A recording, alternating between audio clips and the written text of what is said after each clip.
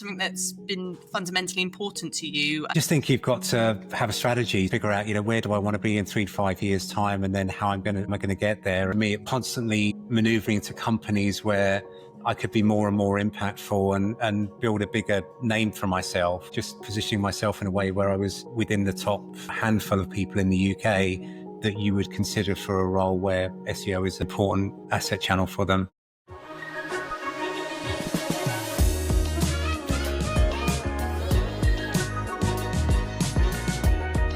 Welcome to Career Marketeer, the podcast where we learn from leaders in the digital marketing industry.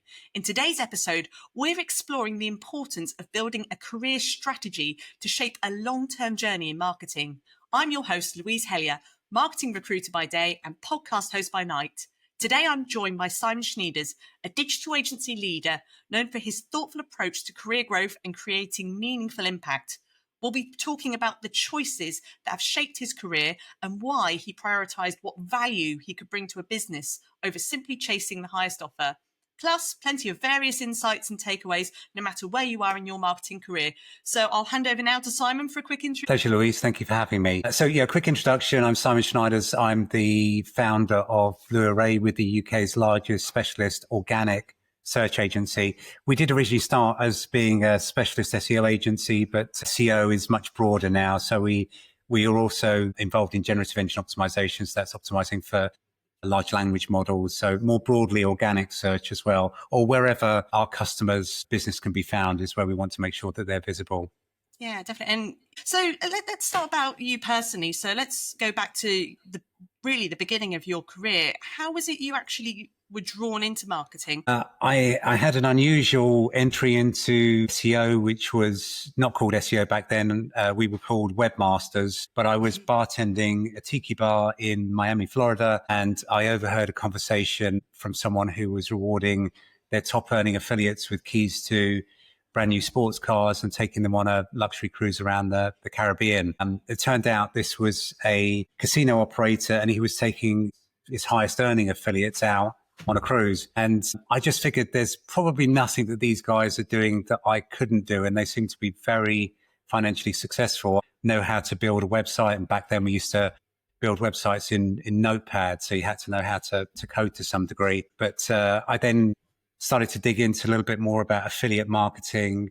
There was one forum at the time called Digital Point that you could join. And there were lots of other affiliate marketers there who were sharing information with each other.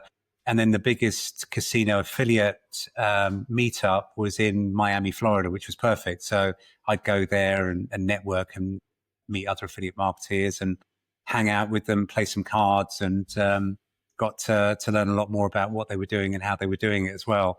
So that was my initial foray into marketing. Sort of time-wise, was this like the early noughties when it was sort of just emerging? Correct, yeah. So we were optimizing for... Well, it was Alta Vista was still a big player at the time, which was very much about keyword density. So, you'd be cramming in a keyword as many times as you possibly can onto a web page. So font size equals minus 1,000, white text on white background, that sort of stuff was working very well then.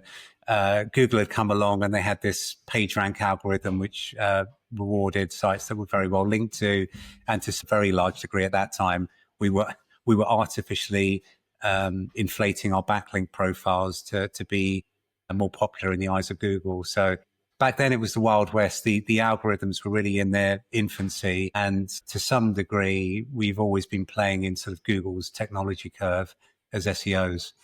Yeah, absolutely. And was there a point when you realised this was not going to be a short-term thing? This was going to be a really long-term career path for you? Yeah, absolutely. So, I was around at a time when big businesses didn't know about SEO. It just wasn't a thing for them. And I realized that this was something that was going to be huge for the future and something that companies would want to invest in as well. So you could see the glimmerings of something huge happening online at that particular time.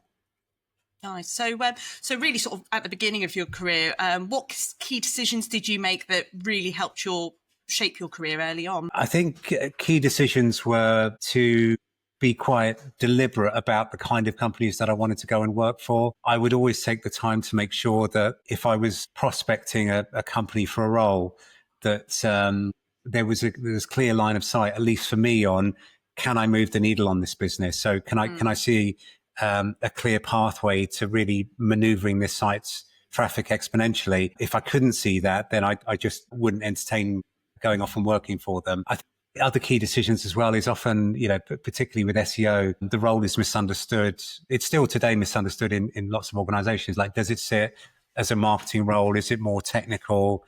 It depends on the kind of company that you're working for. What I would always try and do is convince the business to be sitting under the CTO to begin with, because a lot of what you need to do in the early stages of SEO, and sometimes ongoing as well, is quite technical. And then once I've got that sort of technical work checked off, I would then ask to be sat under marketing.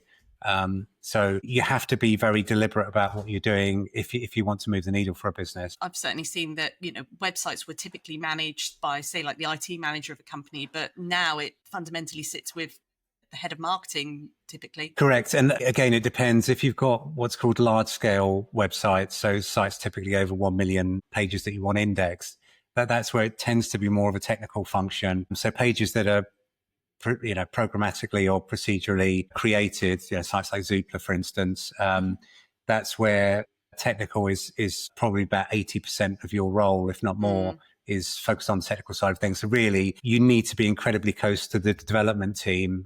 Sitting under a CTO for a role like that makes a lot of sense. So we've spoken offline about deliberate career choices that you've made early in your career, and you've mentioned about how somewhere where you could have a great influence. Why has that become something that's been fundamentally important to you, the influence you can have on a business? I just think you've got to have a strategy. So you've got to figure out, where do I want to be in 3 to 5 years' time, and then how am I going to get there? And for me, it was about constantly maneuvering to companies where I could be more and more impactful and build a bigger name for myself. I would say to a large degree, starting the agency originally was from the network that I built working in-house at companies. So I was getting asked all the time about, who do you know in SEO that we could be talking to or should be talking to? Then, SEO is in huge demand.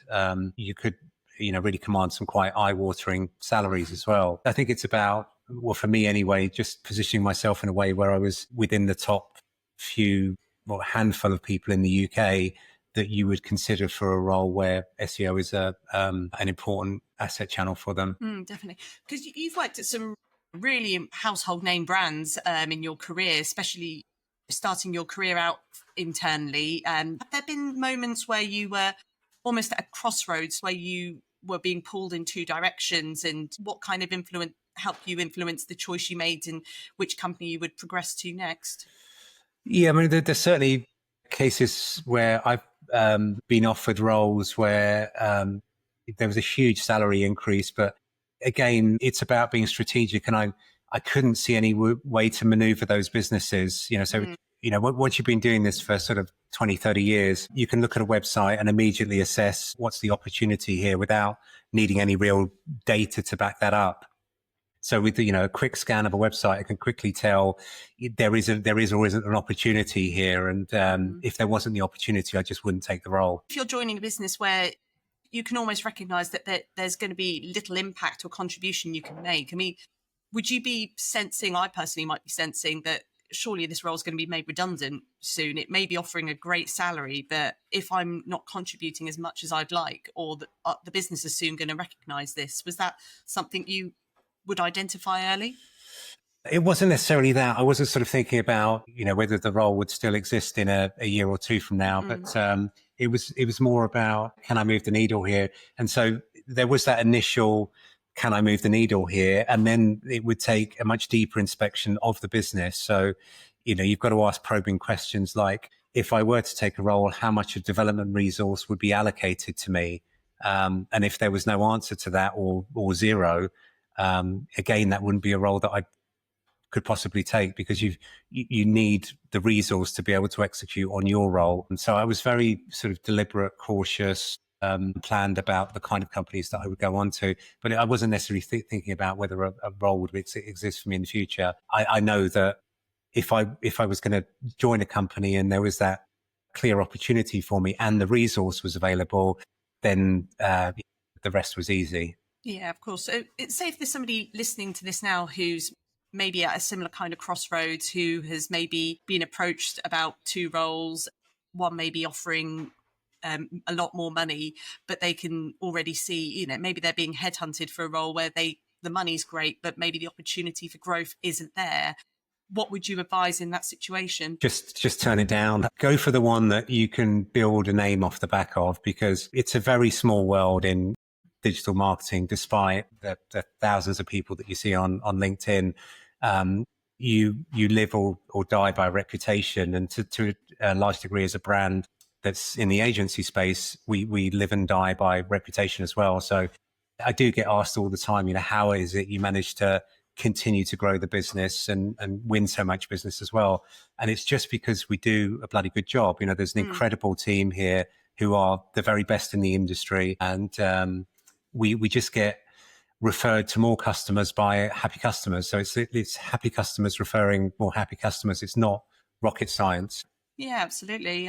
So let's go back to that, because you have had quite an interesting career journey in the sense of a lot of 90% of people, like you say, in the marketing world might start off their career in agency and eventually want to move internal. But yours was quite different, and you've started your career from an internal point of view. So what would you say are like the benefits for somebody starting out their career, whether to start internal or agency? How do you think starting off internally with some well-recognized brands influenced your early career? Yeah, well, I think network effect is enormous. So, working in-house and, the bigger the company, the bigger the opportunity for network in the future as well. But I think the biggest win with working in-house and then going agency is that you really get to understand how businesses work. So you're sort of uniquely positioned to understand how to get things done in companies because you've worked inside them before, and you recognize the barriers that are potentially there that you need to overcome. I think we've done a lot as an agency to overcome those barriers. So I'll give you an example of that. We always deliver success for customers. It's just that there are times when we can't because our work just doesn't get implemented. So what we've done is we've produced these roadmaps that are clearly aligned with North Star goals. We take that term seriously enough to have trademarked it. And so if roadmap isn't being executed on, we simply can't achieve the North Star goals. And it tends to be that those businesses have sold in and pitched those North Star goals to the C-suite. So to some degree, it allows us to hold our clients' feet to the coals to make sure that our work does actually get done, because if not, it means adjusting those North Star goals down again. And so I'd say that is probably the best leverage you've got as an agency to actually get your work implemented. And that comes from being in-house and understanding, you are not always the number one priority. You've got to fight for resource in companies, and that's the way that we fight for it often. Definitely, yeah. It's interesting you said that, being part of the internal function, I guess, like you say, you can recognize what problems that they're encountering daily and why an agency could be the solution to fix that. And the probably the most important part of it is the human side of things. So the politics that it's often involved in companies, and how do you work around those politics to get your role done, and make our point of contacts within those companies look like the superheroes that they are. Elevating them within their roles is an important part of what we do as well. Yeah, so this would be quite a good question for someone like yourself, because this is something I get asked a lot by people who have maybe started out their career in agency, maybe a smaller agency, but they now really want to get their foot through the door internally. What would you say the benefits are for someone who's come from an agency background? What can they offer internally? What would make them stand out in their career if they want to strategically move internally? Sure. So I would say the biggest benefit you've got when working as an agency is you've got exposure, hopefully, to a large pool of clients that are across different industries. And so the learnings that you bring from that are very different from being siloed within an in-house role. And you are siloed within an in-house role. You're working on one website most of the time, unless it's a sort of large multinational, and your focus is on that one website. Cross-discipline of working across lots of different industries, lots of different types of websites, means you've got learnings that you can bring from all of those to an in-house role. That's definitely the thing I always advise. I say, look, you will have encountered a wealth of, fires and put out a load of fires for various different clients over your time. So if there was somebody, say, for example, from an agency who wants to go internal for, say, a travel company, say if they've really sort of geared towards an industry, what do you think should be a strategic choice for somebody looking to go in the right direction? Well, to position themselves as a bit of an authority within that space, I've seen a few people over the years. I'll name drop one of them, a guy called Malcolm Coles, who positioned himself as a news publishing expert. And he just started a blog. He started writing about what we were doing within the space of SEO for news publishers, and then started producing data as well. He did really well for himself off the back of it. I think he landed himself a role at one of the big news publishers off the back of just being a blogger at that time, and talking about the industry and clearly showing that he understood what was happening in the industry and what we were doing within the industry as well. So I'd say that would be some sort of formula to follow. Blogging nowadays is a little bit different. I would say, you've got platforms like LinkedIn and Pulse on LinkedIn, for instance, where you could try and impart that sort of level of expertise as well. Yeah, of course. I mean, LinkedIn's obviously a very crowded platform, and there's a lot of people wanting to showcase that they are subject matter experts. So, say if you were looking to become a subject matter expert in a field, what advice would you give to somebody who's looking to strategically carve out that kind of career choice? What kind of things would you advise they should be doing on platforms like LinkedIn or elsewhere to be recognized in that field? It's the same for anybody in business. It's what's your value proposition. So what separates you from that sea of sameness? And it's just figuring out what is it that the industry's not talking about that you can talk about that's going to gravitate an audience towards you. I think that's sort of key to things. Okay, that was something we spoke about offline as well, about values and how they influence career choices as well. What kind of values do you think people should be trying to identify that they hold or want to invest in for their future career? Yeah, I think that's personal. Sometimes it's religious, that there are particular values that you hold. For instance, someone who's Muslim might not want to work for a building society or bank that has interest rates for mortgages. Mm. But I think there are particular values that you need to hold dear about the kind of companies that you will or won't work for. So, Blu-ray, for instance, we don't have any clients in what are called PPPC, so pills, porn, payday loans, and casinos. So we've never taken gambling clients, for instance. And we've always held true to that through the toughest of times as well. So I think those kind of values are something that, although maybe internally, it's something that the team will reflect externally as well. And I'd say probably the same about your career choices moving into the future, as well as what are my values, what are the things I will and won't do. I think they're particularly important. Yeah, absolutely. I mean, when you've say decided to move on to a new company in your past, when it's moving internally, what would you do to research a company to understand if their values aligned with yours? Well, it's pretty easy nowadays with large language models like Gemini or ChatGPT. You can get them to synthesize that sort of information for you. But I think it's about looking at leadership would be one of the key things I do. So do a bit of digging on LinkedIn, find out about the senior leadership team, and try and get an understanding of what values they might have, because ultimately that would be mirrored within the organization. I would say would be a key thing. Yeah. Yeah. And again, that's so easy to do in this day and age. If you put the time and effort to invest in your personal brand and your preferred marketers, it's important to make sure those values are obvious to somebody who's reviewing your business and trying to see if that's something they want to be part of, really. Sure. Yeah, good. So again, a lot of people in agency, they might have so many clients in various industries thrown at them, and in the nicest way, that they might not always be something that they're particularly interested in. They might be saying, right, here we go, here's a cement mixing company who are looking to boost their website performance and so on. And as much as it's important to really widen your pool out, how important is it do you think, in your career to really look at clients or industries that, you are genuinely interested in?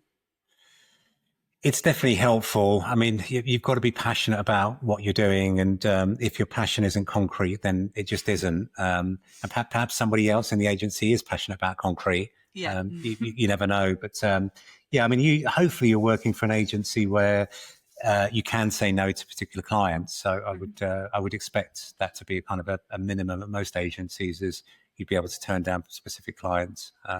Yeah, but I don't think, there's nothing wrong with concrete. I think, concrete could probably be, again, I don't think it's necessarily about what I hope motivates most people in marketing anyway, is not necessarily the work that they're doing because of a particular client. It's more about the difference that they can make to those businesses.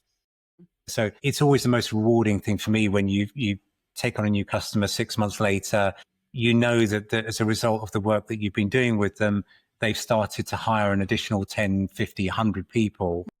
As a result of that, there's nothing more rewarding than that, because you're contributing much more widely to the economy, to society at large. I think even a concrete business you could be doing that in.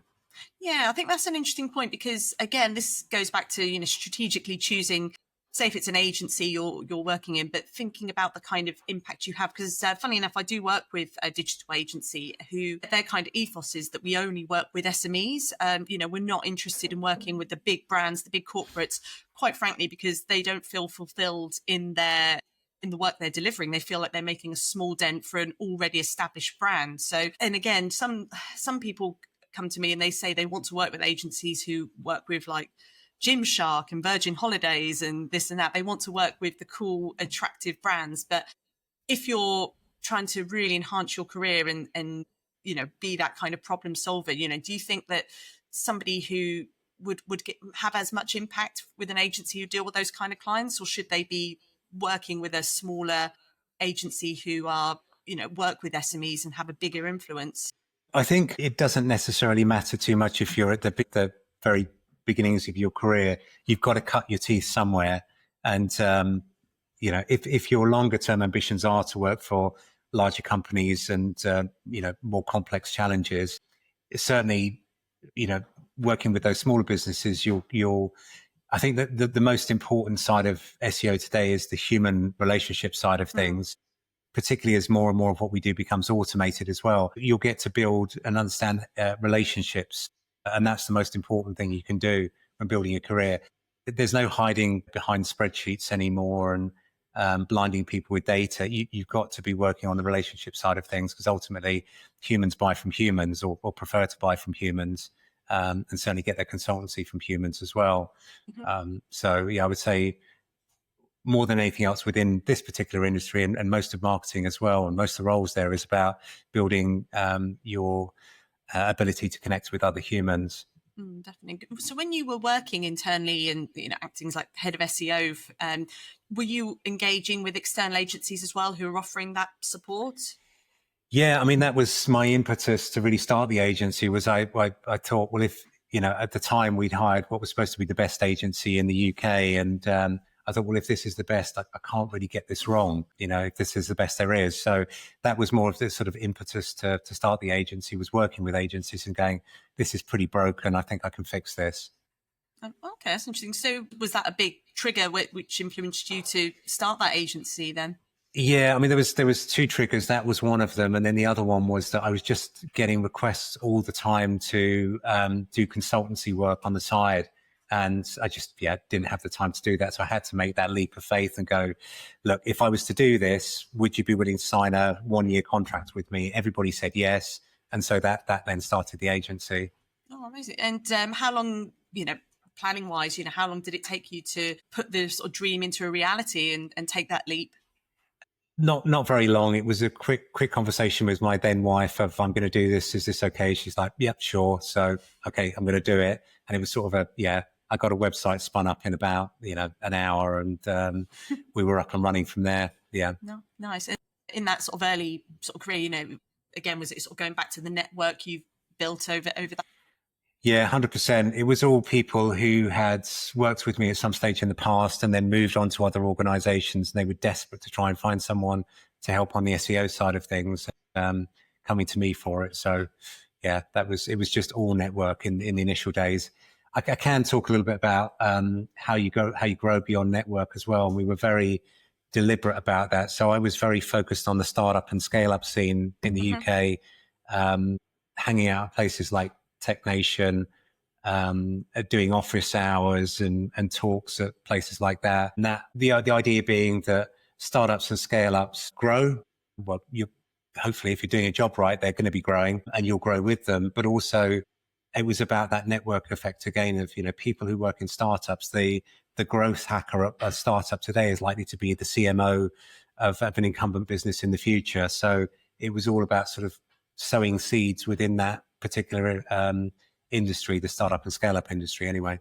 Yeah, definitely. And I guess, like you say, working with those kind of startups, was that a strategic choice as well?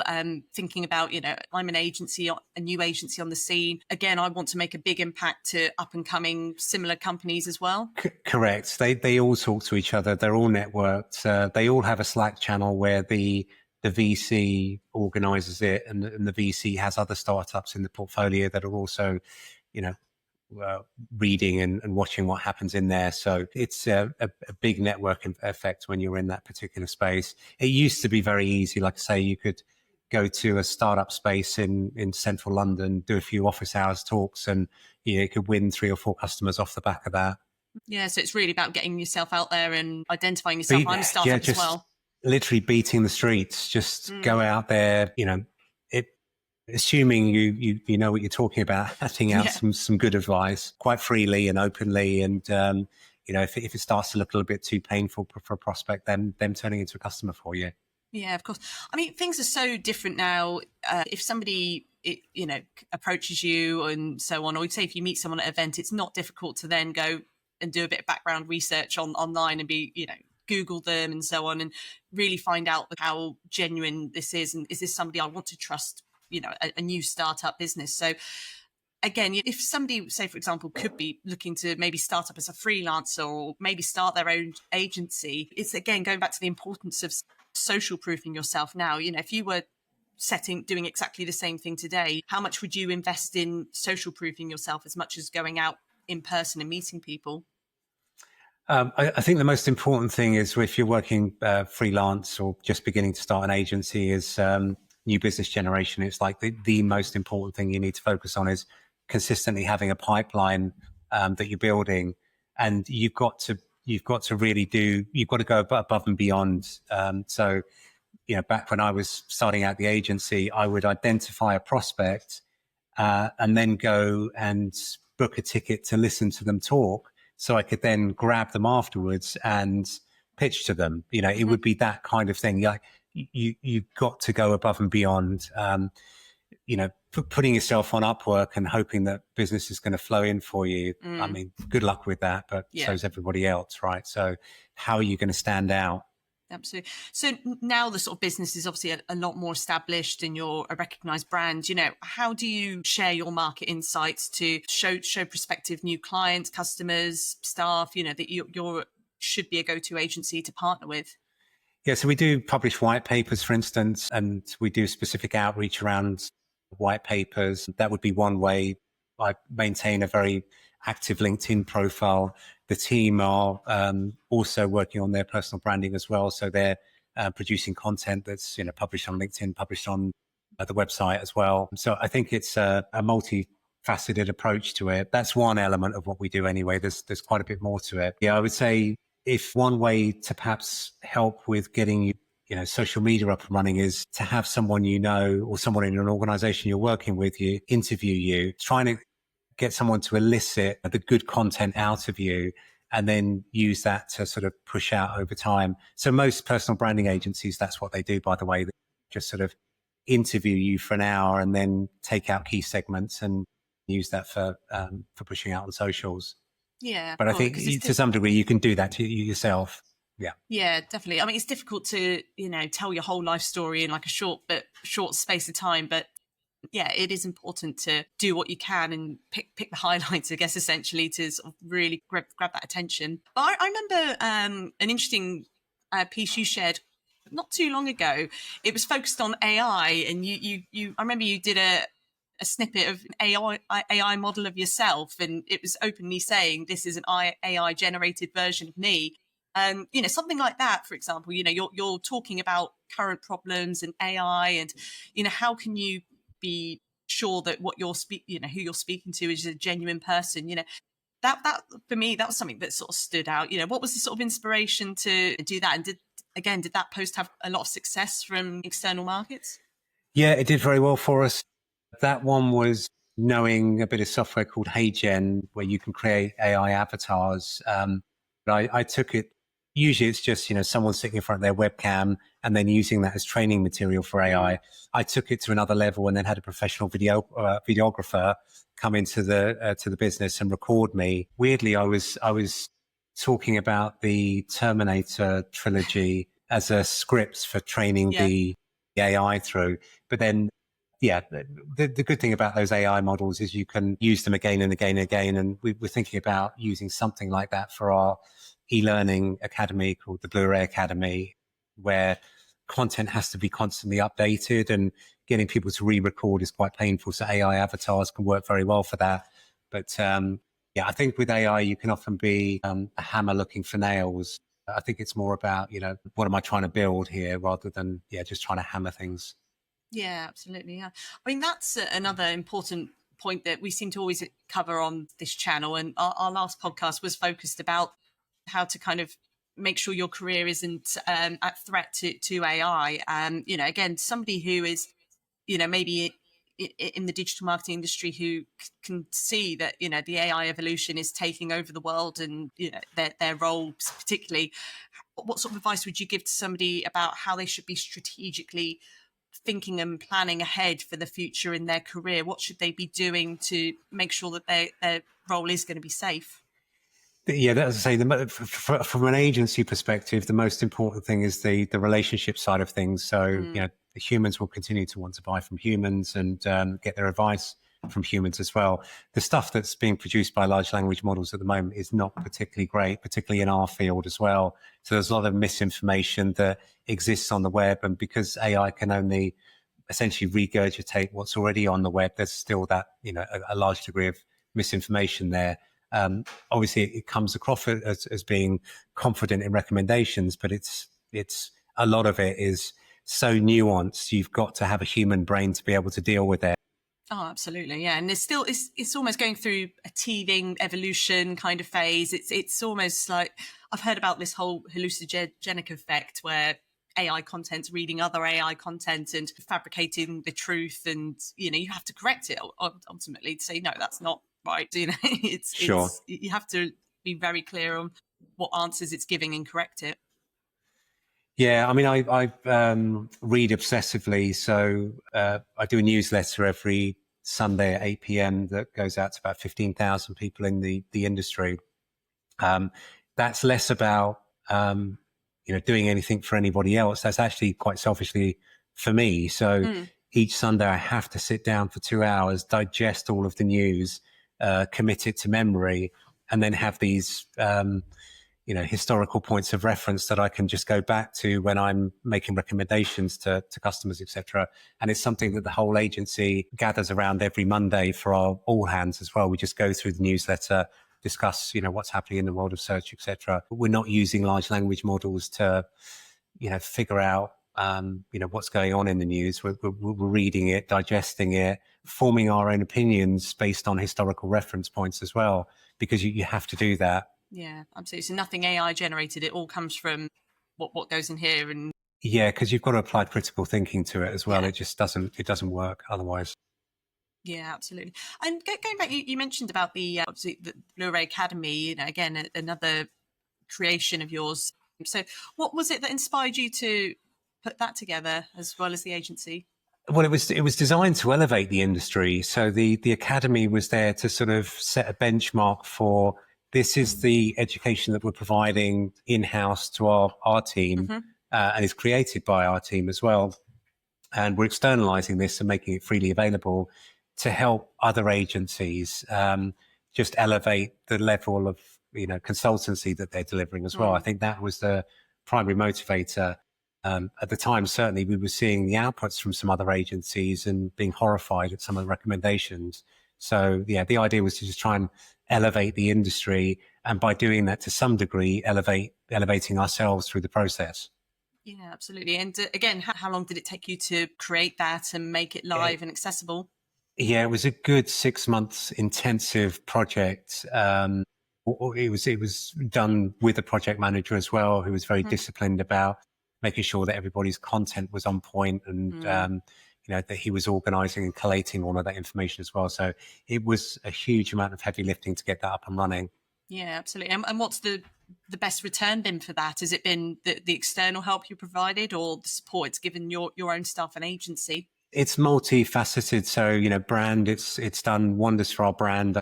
We literally this week, I've had somebody contact me saying they're interested in working with Blu-ray because they did the technical SEO course that we offer, and they started their career learning there. So you could look at it as a marketing stroke sales flywheel as well, given anybody training in it is likely to be making decisions about what agency to use in 3 to 5 years. So that would be a absolutely new business generation tool as well. It could be used for that. But I think as well, it's just about, trying to do the right thing for whatever industry you're in as well. Is there a certain amount of it that needs cleaning up? Is there some value that you're offering through it? If all you're doing is just, copycatting someone else who's doing the same thing, there's no value in that at all. But yeah, if you're actually adding value, then it's important. You should be doing it.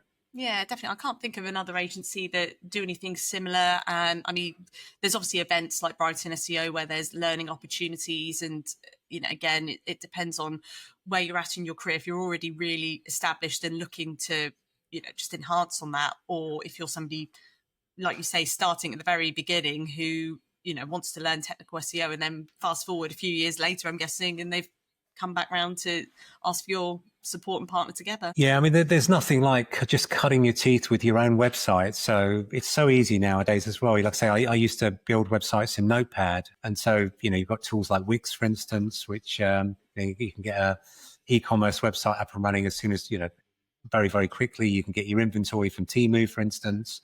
There's nothing to stop you from starting and getting a business up and running within a few hours. But then that also offers you an opportunity to really test out, trial, and experiment. I think that's still key with SEO today is experimentation, particularly with the rise of large language models as well. Is you've got to be willing to experiment and fail, because you're never going to figure out how to be successful unless you fail.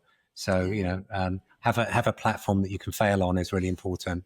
Yeah, absolutely. No, that's a great bit of advice, especially, like you say, with the evolution of so many tools available.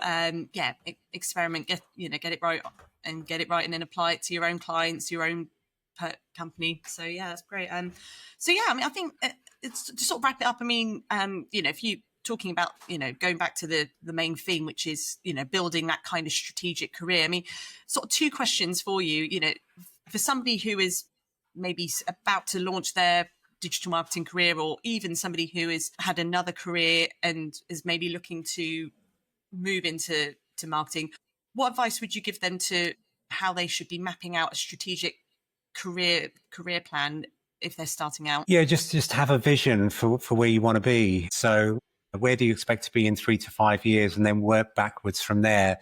And don't be right-sized about it. Just be overly ambitious. Stretch beyond what you think you're capable of as well. I think that's key, because then anything that you get beneath that is going to be a win anyway. But I would go for that sort of a plan. Yeah. And do you think somebody starting out should be focused or aiming to work agency or in-house? Is there a right answer for that?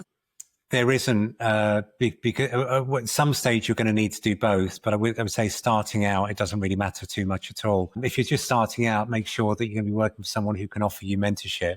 Would be kind of key. You should get that in an agency with the typical account structure. And so if you're starting off as a SEO executive, then you'd have a manager and a director typically, and there would be mentoring involved there. But if you're just starting out in-house, you want to make sure that there's someone there who's at a level that is able to mentor you to some degree as well. I think a lot of people start out with being quite junior in an SEO role, and then going into a company as a junior SEO with nobody managing you, supporting you or mentoring you. And that's just a mess, because we're often then brought in as agencies to help them with strategy. But it's usually like a couple of years of, we hired this person and we're just not seeing any results from it. Well, what did you expect? You brought somebody in with no experience and you're expecting them to do SEO, just like do SEO. Yeah. Expecting miracles. Yeah, exactly. Yeah, absolutely. And I guess, sort of follow on from that, I mean, somebody who's maybe a bit further on in their career, or, maybe somebody who has just started out. So if they've joined a company internally, they're the SEO executive, but maybe they are questioning the impact they're bringing and the influence they're having. Am I adding value to this business?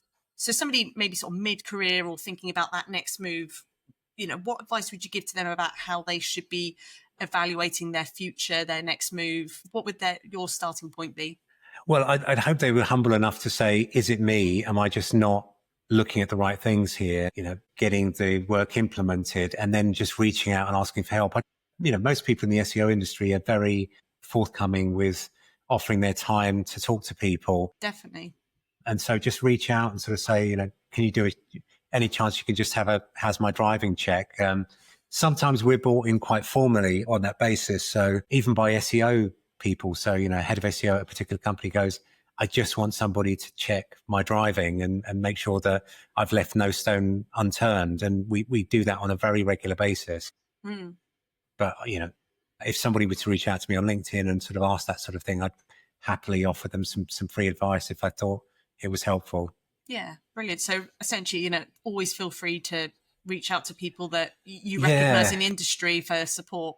Exactly. Anybody you look up to in the industry, just reach out to them. They're usually very nice people most of the time. There's a few bad ones out there, but they're mostly good. Oh, no, absolutely. I would say, this is one of the reasons I've focused on marketing, is because everyone wants to support each other. There is a community of shared learning, and people are quite willing to support other people and essentially share their success stories and make sure other people can follow their lead, really, and be recognized for something positive. Yeah, absolutely. At some stage in life, somebody's helped you, and most people remember that. I think that's a key thing. Somebody told me, you might not remember the conversation that you had with somebody in great detail, but you won't forget the feeling and that impression that is left. And I think that is definitely a key thing. So, I mean, again, if there's somebody listening here who's being approached by somebody looking to start their career, you don't know where that person might be 5-10 years time, and that kind of stamp of memory that you can have on them. Absolutely. Yeah. It's a very small world. Absolutely. Well, brilliant. I think that more or less sums up everything from this episode. So thank you so much for your time there. And anyone listening who wants to follow more about Simon and the work he's doing at Blu-ray, follow the company on LinkedIn, and look out for more insights. And don't be afraid to message me. Just reach out, message me. My inbox is open. There we go. Brilliant. Well, thank you so much for joining us today, Simon. Lovely. Thank you, Louise.